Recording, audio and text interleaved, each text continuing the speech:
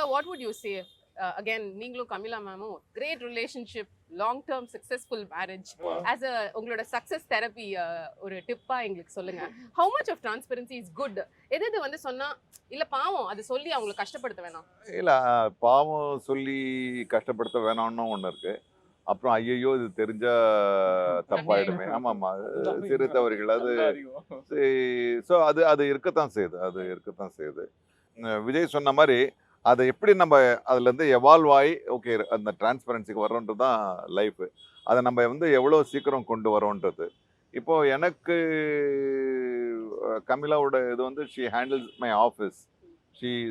She nose நான் நாளைக்கு என்ன பண்ண போகிறேன், இதுக்கு என்ன பண்ண போகிறோம் அவங்கள தெரியுறாங்க.